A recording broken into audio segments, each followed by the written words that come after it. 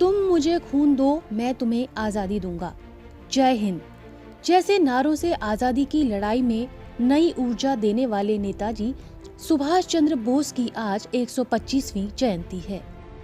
इस साल से सरकार ने नेताजी के जन्मदिन को पराक्रम दिवस के तौर पर मनाने की घोषणा की है। नेताजी सुभाष चंद्र बोस का जन्म 23 जनवरी 1897 को ओडिशा के कटक में हुआ था। उनके पिता का नाम जानकीनाथ बोस और माता का नाम प्रभावती था। जानकीनाथ बोस कटक शहर के मशहूर वकील थे।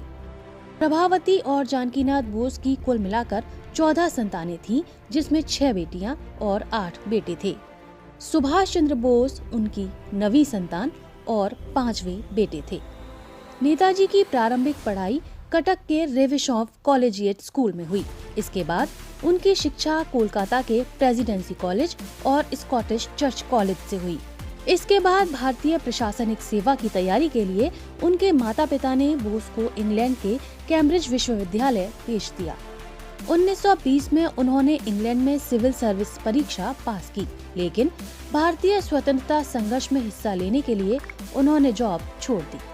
सिविल सर्विस छोड़ने के बाद वो देश को अंग्रेजों के चंगुल से आजाद कराने के लिए भारतीय राष्ट्रीय कांग्रेस के साथ जुड़ गए।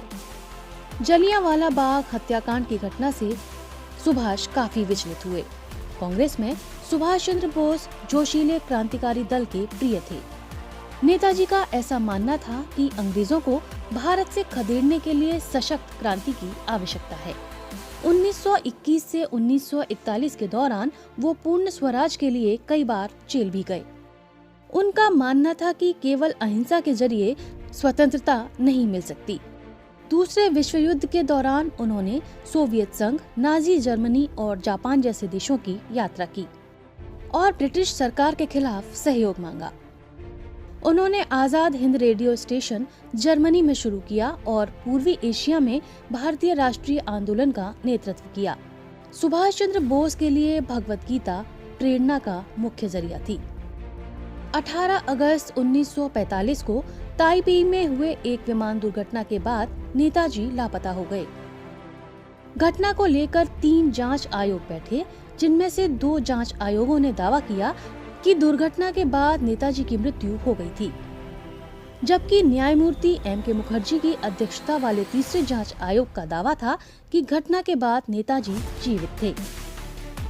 इस विवाद ने बोस के परिवार के सदस्यों के बीच भी विभाजन करा दिया। 2016 में प्रधानमंत्री मोदी ने सुभाष चंद्र बोस से जुड़ी 100 गोपनीय फाइलों का डिजिटल संस्करण सार्वजनिक किया। ये दिल्ली स्थित राष्ट्रीय अभिलेखागार में मौजूद हैं।